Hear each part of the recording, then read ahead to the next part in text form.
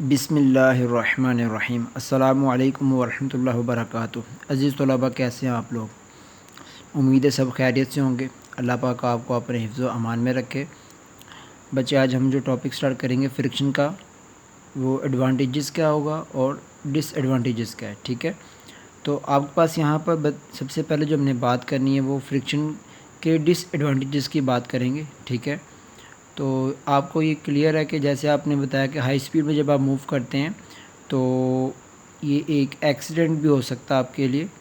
तो क्योंकि जब आप हाई स्पीड में ब्रेक अप्लाई करते हैं तो वो क्या होगा, आपके पास फ्रिक्शन की कमी हो जाती है, जिसकी वजह से गाड़ी का जो व्हीकल्स का कंट्रोल है, जो भी आप मसलन एक कार है उसका कंट्रोल क्या हो जाएगा, लूज़ हो सकता है। ठीक है, तो इसलिए इसके डिसएडवांटेजेस भी होते हैं फ्रिक्शन के। अब वो कौन कौन से देखते हैं। तो पहला ये आपके पास बता दिया गया कि जब हाई स्पीड में करते हैं तो आपके पास क्या होगा जी, फ्रिक्शन की कमी हो जाएगी। जैसे आप देख सकते हैं यहाँ पे डायग्राम में कार की स्किडिंग हो रही है। ठीक है, क्योंकि हाई स्पीड में इसलिए क्या किया, ब्रेक अप्लाई की है। ठीक है, तो जब ब्रेक अप्लाई किए तो इसकी फ्रिक्शन की कमी की वजह से स्किडिंग स्टार्ट हो गई है। ठीक है, उसके बाद आप देख सकते हैं जब आपने हाई स्पीड में मूव करना है तब भी आपके पास जो एयर रेजिस्टेंस है वो भी एज ए फ्रिक्शन है। तो आपके पास गाड़ी की जो स्पीड है वो क्या हो जाएगी, महदूद रहेगी, ज़्यादा ओवर नहीं होगी। जी बच्चे, उसके बाद आपको बताया गया limit the speed of moving objects. Most of our useful energy is lost as heat and sound due to friction between various moving parts of machines। अब जब मशीन्स की बात करें तो बेटा आपके पास काफ़ी उसके मूविंग पार्ट ऐसे होते हैं जो एक दूसरे के साथ जो ना उसकी रबिंग हो रही होती है वो फ्रिक्शन की वजह से। ठीक है, तो उसके बदले में क्या होता है, उनकी एनर्जी हीट और साउंड में लॉस हो रही होती है। ठीक है, तो वो एनर्जी फ्रिक्शन की वजह से हो रही है। तो इसका मतलब यहाँ पर ये भी एक आप पर डिसएडवांटेज है कि एनर्जी का लॉस हो रहा है। अब फर्दर आपके पास friction also cause wear and tear of their moving parts. तो जो मूविंग पार्ट्स मशीन्स के क्या होते हैं, मूव करते हैं, जैसे आपके पास एक साइकिल का चेन है। ठीक है, तो वो भी क्या करेगी आपके पास वहाँ पर ये फ्रिक्शन की वजह से वियर एंड टीयर मतलब टूट फूट हो सकती है। वहाँ पर कुछ ना कुछ कह लेंगे मूविंग जो पार्ट्स हैं उनकी क्वालिटी में फ़र्क आ सकता है। ठीक है, अब एडवांटेजेस की बात करते हैं फ्रिक्शन की। तो आपके पास एक पॉइंट क्लियर है कि जब आपने मूव करना है, ठीक है, तब भी आप क्या करेंगे, फ्रिक्शन होगी तो आप चल पाएंगे। अब यहाँ पर बताया जा रहा है we can not write if there would be no friction. अब यहाँ पर आप देख सकते हैं अगर इवन कि मैंने एक पेन चलाना है, आपने पेन को राइटिंग करनी है, आपने लिखना है। ठीक है, पेंसिल है जो कोई भी है, जब पेपर और पेंसिल के बिटवीन फ्रिक्शन नहीं होगी तो आप लिख भी नहीं पाएंगे। ठीक है, तो यहाँ पर बता दिया सेकंड पॉइंट में friction enables us to walk on the ground. तो आपके पास जब फ्रिक्शन मौजूद है तो आप क्या कर सकते हैं, ग्राउंड पर चल सकते हैं। We can not run on a slippery ground, क्योंकि स्लिपरी ग्राउंड में क्या होगा, फ्रिक्शन की कमी होगी। ठीक है, there is a lack of friction. तो यहाँ पर आप देख सकते हैं कि वॉक या रनिंग आप नहीं कर सकेंगे। ठीक है, आज slippery ground offers very little friction, ये रीज़न है आपके पास कि आप रनिंग नहीं कर सकते। Anybody will try to run on a slippery ground में बी मीट एन एक्सीडेंट। ठीक है, तो गिरा भी जा सकते हैं यहाँ पर। Similarly it is dangerous to apply brakes with full force to stop a fast moving vehicle on a slippery road, मतलब वेट रोड्स हैं जो। ठीक है, तो वहाँ पर भी आप क्या करते हैं, टू हार्ड ब्रेक अप्लाई कर देते हैं, तो वहाँ भी क्या हो सकता है, स्किडिंग हो सकती है। तो ये भी आपका यहाँ पर ये नुकसान आपका इस तरह हो सकता है। जी, birds could not fly if there is no air resistance. अब यहाँ पर अगर एयर में रेजिस्टेंस ना हो मतलब तो क्या होगा, बर्ड्स फ्लाई नहीं कर सकते। ठीक है, तो इसका मतलब है एयर रेजिस्टेंस होना ज़रूरी है। The reaction of pushed air enable the birds to fly. तो ये बताया जा रहा है कि जब बर्ड क्या करते हैं, फ्लैपिंग करता है, तो वो क्या करता है, वो एक्शन कर रहा है। तो रिएक्शन में क्या होता है, जो एयर है उसको हवा में फ्लाई मतलब वो हवा में रखती है उसको। ठीक है, तब वो फ्लाई कर पाते हैं। Thus, in many situations we need friction, while in other situations we need to reduce it as much as possible। तो आपने नोट कर लिया ये आपके पास क्या है, एडवांटेजेस हैं। अब हम बात करेंगे इसके मेथड्स ऑफ रिड्यूसिंग फ्रिक्शन, मतलब जहाँ पर हमें फ्रिक्शन बहुत कम चाहिए लेकिन उसको हम कैसे उसकी कम कर सकते हैं, ये हमने बात करनी है। तो पहला पॉइंट है making the sliding surface smooth. जहाँ पर स्लाइडिंग होती है वहाँ पर उन सरफेस को स्मूथ करें, ठीक है। मसलन रोड्स हैं तो आप क्या करें, अगर आपके जो रोड्स हैं वो रफ़ बने हों, स्मूथ ना हो, ठीक है, टूट फूट का शिकार हों, ठीक है, वेयर एंड टेयर हो, तो आप वहाँ पर स्मूथ अगर आपके पास सरफेस होगा तो फ्रिक्शन भी कम होगी। तो इस तरह क्या होंगे, जो आपके पास व्हीकल्स हैं उनके जो टायर्स हैं तो बेटा वो क्या हो जाएंगे, जल्दी ख़राब हो जाएंगे अगर रफ़ सरफेस। अगर स्मूथ है तो वो काफ़ी लॉन्ग टाइम वर्किंग कर सकेंगे। तो पहला पॉइंट आपको क्लियर हो गया, हम सरफेस को स्मूथ करेंगे, ठीक है। Making the fast moving objects a streamline shape, fish shape जैसे होता है, जैसे हमारे पास ये देखें बुलेट ट्रेन है, तो बुलेट ट्रेन में ये जो शेप रखी गई ख़ास वजह है कि एयर रेजिस्टेंस को कम करने के लिए। जैसे आपके पास रॉकेट्स हैं या बुलेट है कोई भी, ठीक है, किसी भी गन की, वो भी इस तरह आप देख सकते हैं फिश शेप होती है ताकि उनकी स्पीड का जो है ज़्यादा इंक्रीज़ हो जाए और एयर रेजिस्टेंस कम से कम हो सके, ठीक है। लुब्रिकेटिंग स्लाइडिंग सरफेस, आप लुब्रिकेट करें उसको, ठीक है, ऑयलिंग करना कहते हैं जहाँ पर स्लाइडिंग ज़्यादा हो रही है। जैसे आपके पास मशीन में काफ़ी पार्ट्स हैं या आपके व्हीकल्स में पार्ट्स हैं, ठीक है। यूजिंग बॉल बेयरिंग्स और roller bearings because the rolling friction is lesser than the sliding friction. यहाँ पर भी आप देख सकते हैं, लास्ट में भी पता था कि रोलिंग फ्रिक्शन क्या होती है, लेस देन होती है स्लाइडिंग फ्रिक्शन के, ठीक है। तो यहाँ पे हमारे पास ये 4 पॉइंट्स हमने क्लियर कर दिए। फर्दर बेटा आपके पास यूनिफॉर्म सर्कुलर मोशन है, तो सर्कुलर मोशन हम देख सकते हैं डिफरेंट हमारे पास, जैसे हमारे पास एक पॉइंट यहाँ पे बताया जा रहा है कि आप क्या करें, एक रस्सी लें, ठीक है, और उसको क्या करें, किसी भी एक आप स्टोन के साथ क्या कर दें, टाई कर दें, बांध दें, ठीक है। तो क्या करना, बाद में आपने उसको एक सर्कुलर फॉर्म में मोशन करवानी है उस स्टोन की, ठीक है। तो वो जो स्टोन होगा आप देख सकते हैं यहाँ पर आपने एक उसको वन एंड जो आपने उसको साथ टाई कर दिया स्टोन के साथ और वन एंड आपके फिंगर के साथ मौजूद है, ठीक है। तो यहाँ पर अब जब इसको रोटेट करवाएंगे, इसको मूव करवाएंगे, तो जब मोशन होगी इसकी स्टोन की, वो क्या होगी, एक सर्कल में हो रही होगी, ठीक है। तो वो हमारे पास मोशन क्या होगी, circular motion. The motion of an object in a circular path is known as circular motion, ठीक है। अब पॉइंट ये कि सेंट्रीपिटल फोर्स इसमें साथ का क्या इसका रिलेशन है, ये देखें ज़रा। तो हमारे पास सेंट्रीपिटल फोर्स बेटा जी, ये डेफिनेशन पहले देखते हैं। Centripetal force is a force that keeps a body to move in a circle, ठीक है। तो आप यहाँ पर देखें सर्कल में, ये वो फोर्स है जो किसी भी बॉडी को क्या करती है, एक सर्कल में मूव कराती है। जैसे हमारे पास ये स्टोन था, ठीक है, तो आपके पास ये क्या करेगा, एक सर्कुलर फॉर्म में मूव कर रहा होगा। तो ये जो फोर्स असल में ये क्या है, ये हम डिस्कस करनी है। तो सबसे पहले हम देखें, हम सबसे पहले कहें consider body tied at the end of string moving with uniform speed in a circular path. A body has the tendency to move in a straight line due to inertia. आपके पास क्या करेगी, अब जो भी body tendency to move in a straight line due to inertia, then why does the body move in a circle? The string to which the body is tied keeps it to move in a circle by pulling the body towards the center of circle. यहाँ पर ये discuss किया जा रहा है कि आपके पास क्या करते हैं, जो आपके पास स्ट्रिंग है ये क्या करती है, इसको इनवर्ड डायरेक्शन में इसको रखती है जिस स्टोन को, ठीक है। इसकी जो ड्यू टू इनर्शिया क्या करेगा, ये स्टोन की जो डायरेक्शन है, फोर्स है, वो आउटवर्ड है, लेकिन ये जो स्ट्रिंग है ये इसको क्या करेगी, इनवर्ट रखेगी, ठीक है। असल में ये जो आपके पास स्ट्रिंग है यही इस स्टोन को एक सर्कल में मूव करवाने की वजह बनी हुई है, कॉज है, ठीक है।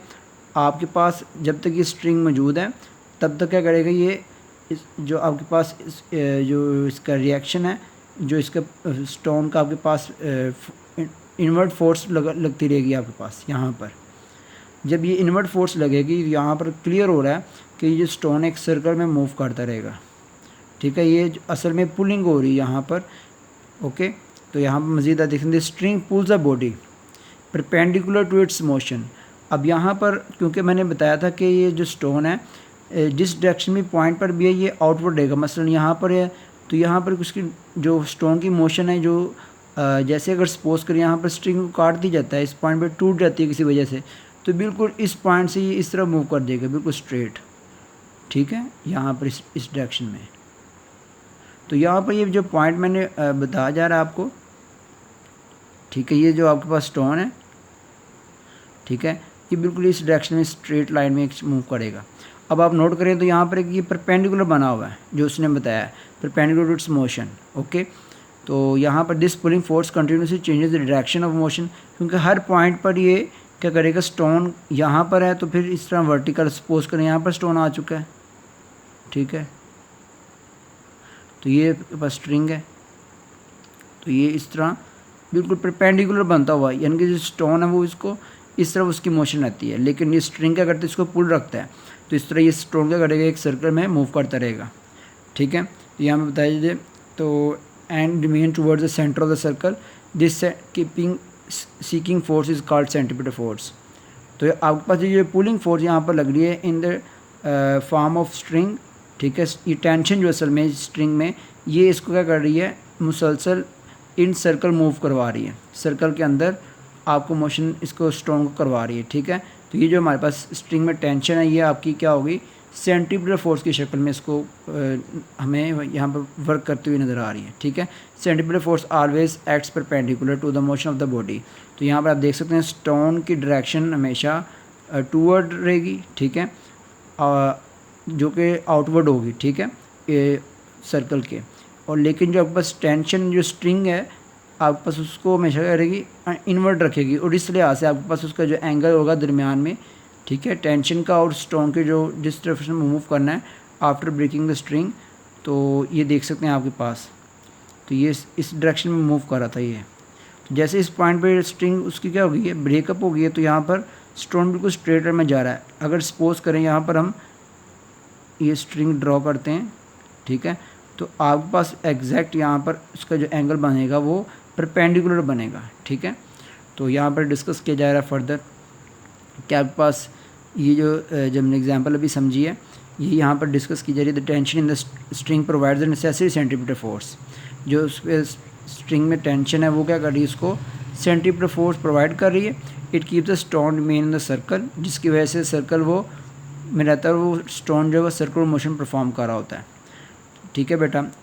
तो यहाँ पर फर्दर आपको if the string is not strong enough provide the necessary tension, अगर वो सपोज करें यहाँ पर वो स्ट्रिंग जो है वो जो उसको नेसेसरी सेंट्रीपिटल फोर्स प्रोवाइड नहीं करती इन द फॉर्म ऑफ टेंशन, तो क्या होगा, ये आपके पास इट ब्रेक्स, ये जो स्ट्रिंग है वो क्या हो जाएगी, टूट जाएगी, और यहाँ पर आपके पास क्या हो जाएगा, एक टेंजेंट ड्रॉ हो जाएगा, मतलब जिस डायरेक्शन में वो स्टोन ने उस पॉइंट से अगर वो ब्रेकअप करते हुआ यहाँ पे देख सकते हैं, ठीक है, तो टेंजेंट ड्रॉ हो जाएगा, मतलब सर्कल को वन पॉइंट पे टच करना, ठीक है, बिल्कुल परपेंडिकुलर।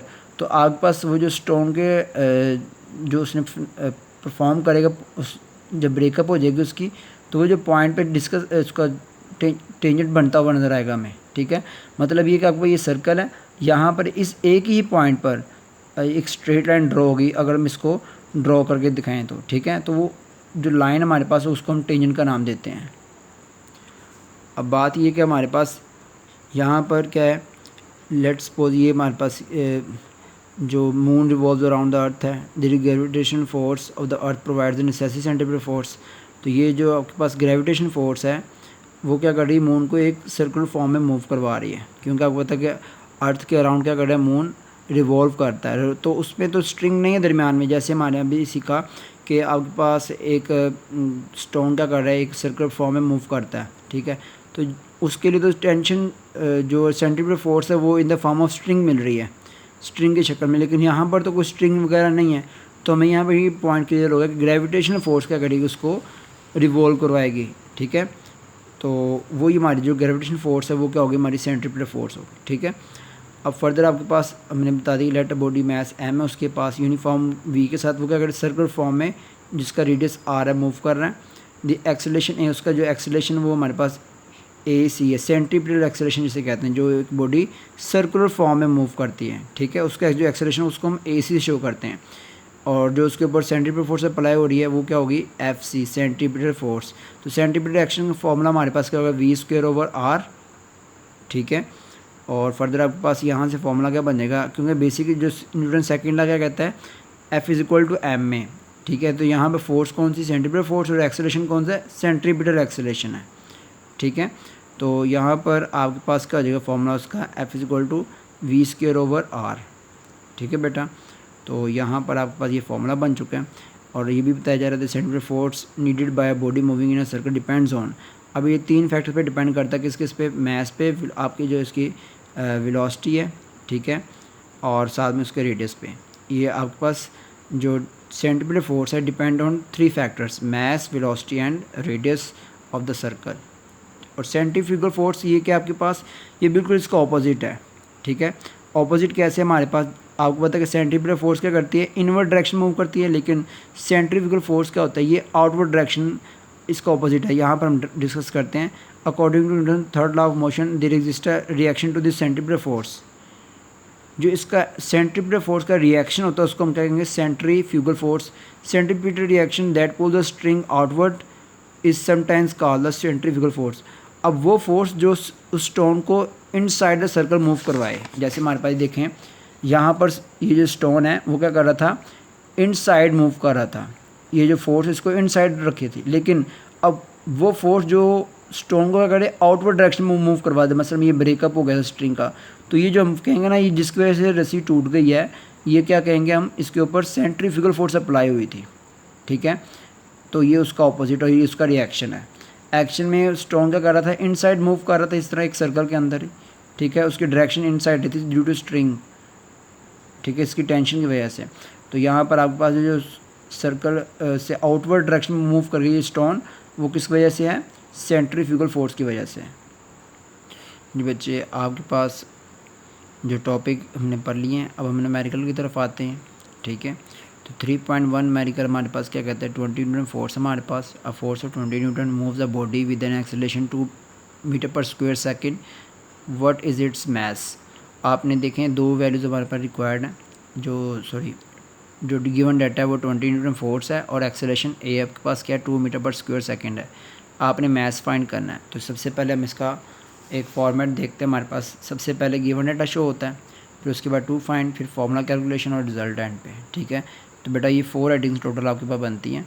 तो आपने न्यूमेरिकल को इस तरह सॉल्व करना है। तो सबसे पहले जो फोर्स गिवन है वो आपने वो शो कर दी, और एक्सेलरेशन आपने मास फाइंड करना था। फॉर्मूला हमारे पास F is equal to m a आपके पास देखें, जो मास फाइंड करना आपने, तो F और A आपके पास इस तरह इसको ड्राइव कर लेते हैं। तो A मल्टीप्लाई यहाँ पे डिवाइड हो जाएगा, तो M का फॉर्मूला क्या बनेगा, F ओवर A। तो बाय पुटिंग वैल्यूज़ पुट करें आप 20 और ये 2, तो आपके पास आंसर क्या है 10। और ये मास का यूनिट क्या होता है, kg, किलोग्राम। तो इस तरह हम शो कर देंगे the mass of the body is 10 kilogram. जी बेटा, अब आपके पास the weight of a body is 147 newton, what is its mass. जी बेटा, आपके पास देखें वेट आपके पास मौजूद है, ठीक है, और जी की value 10 metre per square second, और मास आपने फाइंड करना है। अब बेटा ये जो फॉर्मेट मैंने ड्रॉ किया था ना पहले, गिवन डाटा का टू फाइंड फार्मूला और ये रिजल्ट, अब आपने बाकी न्यूमेरिकल्स में ऐसे शो करते रहना है, ठीक है। और इस तरह आप क्या कर जाएगा, ये आपके पास कंप्लीट फॉर्मेट आपने ड्रॉ करके सॉल्व करना है, ठीक है। अब मैं आपको जो सॉल्यूशन प्रोवाइड कर रहा हूँ, ठीक है। तो यहाँ पर मास आपने फाइंड करना है। वेट का फॉर्मूला क्या, W is equal to mg, ठीक है।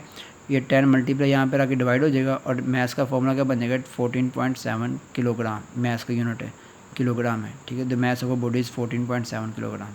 छोटा सा न्यूमेरिकल बिल्कुल है ये। जी, थर्ड न्यूमेरिकल है, how much force is needed to prevent a body of mass 10 kilogram from falling. तो यहाँ पर आपने जस्ट प्रिवेंट करना है, तो उसके जितना वेट होगा उतनी फोर्स रिक्वायर्ड है। तो इसका मतलब है वेट अगर फाइंड हो जाए तो फोर्स भी हमें पता चलेगा। तो वेट के लिए फॉर्मूला हमारे पास W is equal to mg, mass m है और g ग्रेविटी है, ठीक है। तो यहाँ पर हम डायरेक्ट फॉर्मूला लगाएंगे वेट का। आप देख सकते हैं मास हमारे पास गिवन था, g की वैल्यू हमें पता है 10 मीटर पर स्क्वायर सेकेंड है, फोर्स हमने फाइंड करनी है, ठीक है। तो यहाँ पर हमें क्लियर है कि F हमारे पास किसी वेट की है, और वेट हमारे पास फॉर्मूला क्या है mg, मतलब मास एंड ग्रेविटी का प्रोडक्ट। तो यहाँ पे वैल्यू प्लेस कर दी, मास की 10 और जी की वैल्यू भी 10 है, तो 100 हो जाएगा। और यूनिट इसका क्या, फोर्स का न्यूटन। तो रिक्वायर्ड फोर्स हमारे पास क्या आ जाएगी 100 न्यूटन। जी बेटा 3.4 numerical find the acceleration. Acceleration find करना है। फोर्स गिवन है 100 न्यूटन और मास आपके पास कितना बॉडी का 50 kg। आपने बताना है उसका एक्सेलरेशन कितना प्रोड्यूस होगा। ठीक है जी बेटा, डाटा आपने शो किया। फॉर्मूला हमारे पास का देखें, क्वांटिटीज़ को देखते ही हमें पता चल जाएगा फॉर्मूला कौन सा रखना है। F=ma। ठीक है, तो यहाँ पर आपका वैल्यू प्लेस किया हमने और ये 50 यहाँ पर डिवाइड मल्टीप्लाई और यहाँ पर डिवाइड कर दिया, तो ये 2 आंसर आया हमारे पास कटिंग करने के बाद। और एक्सेलरेशन ए हमारे पास यूनिट क्या है, मीटर पर स्क्वायर सेकेंड। और फाइनली हमने यहाँ पर इसका रिजल्ट शो कर दिया है जी बेटा 3.5 न्यूमेरिकल। एक बॉडी उसका वेट 20 न्यूटन है। ठीक है, उसका जो वज़न है वो 20 न्यूटन है। How much force is required to move it with vertically upward with an acceleration of 2 metre per square second. अब आपने बताना कितनी फोर्स आई है। अब उसने वर्टिकली अपवर्ड मूव भी करना है with an acceleration of 2 metre per second square, और उसके एक्सेलरेट कितने कर रही हो वो 2 मीटर पर स्क्वायर सेकेंड से। अब एक बात तो क्लियर है, जब आपने उसको अपवर्ड डायरेक्शन में मूव करवाना है तो उसके वेट के इक्वल फोर्स लगानी है। ठीक है, लेकिन अब आपने साथ में एक्सेलरेट क्या करना है 2 मीटर पर स्क्वायर सेकंड के हिसाब से। तो आपने पहले इसकी सेपरेट फोर्स करनी है, फाइंड करनी है हमें कितनी फोर्स इसकी रिक्वायर्ड है। तो यहाँ पर 2 तरह के हमारे पास वैल्यूज़ आएंगे जो रिक्वायर्ड फोर्स में आएंगी। एक तो इसका वेट और एक वो फोर्स जो बॉडी को क्या करेगी 2 मीटर पर स्क्वायर सेकंड के हिसाब से एक्सेलरेट करवा रही होगी। ठीक है, तो इसके लिए हम देखते हैं जी बच्चे, आपके पास ये देखें वेट गिवन था, एक्सेलरेशन गिवन है। तो रिक्वायर्ड फोर्स जो F डैश हम कहेंगे वो असल में उस बॉडी का वेट और जो उसके ऊपर जो फोर्स फर्दर लगनी है वो दोनों का सम के इक्वल होगी। ठीक है, तो यहाँ पर आपके पास वेट आ गया W=mg। ये क्यों कर रहे हैं, क्योंकि अब देखें जो हमने F की वैल्यू फाइंड करनी है, यहाँ पर वेट को गिवन है वो 20 न्यूटन, वो तो हमें पता है, लेकिन F वैल्यू नहीं पता। तो फॉर्मूला क्या था, F=ma। ए तो गिवन है 2, लेकिन मैस गिवन है, तो मैस हम क्या करेंगे वेट के फॉर्मूले से फाइंड करेंगे। तो वेट = क्या होता है mg, product of mass and gravity. तो यहाँ पे वैल्यू प्लेस करें, वेट गिवन था 20 न्यूटन और जी की वैल्यू 10। ये यहाँ पर देखें कटिंग कर दी 0 के साथ और बाकी रह गया 2 किलोग्राम मैस का आपके पास आंसर आ गया। अब इसमें प्लेस करते हैं, तो मैस की जगह पर 2 आ जाएगा यहाँ से जो हमने फाइंड किया। तो 2 × 4 न्यूटन फोर्स निकल आई और रिक्वायर्ड फोर्स F डैश वो इक्वल किसके सम ऑफ वेट एंड जो फोर्स जो आपके पास एक्सेलरेशन कितना प्रोड्यूस हो रहा था 2 मीटर पर स्क्वायर सेकंड के हिसाब से वर्टिकली, तो वो हमने फोर्स फाइंड कर ली है। ठीक है, तो जो उसको 2 मीटर पर स्क्वायर सेकंड से एक्सेलरेट करवाएगी। तो यहाँ पर आपके पास दोनों का सम क्या करेंगे 24 न्यूटन। ये आपकी रिक्वायर्ड फोर्स है कि अगर इतनी फोर्स लगेगी तो वो बॉडी क्या करेगी vertically 2 metre per square second के हिसाब से, ठीक है, पर स्क्वायर सेकंड जो उसको मूव करवाएगी अपवर्ड डायरेक्शन में। ठीक है, तो बेटा आज का काम यही है। अपना बहुत सारा ख्याल रखें। अल्लाह हाफिज़।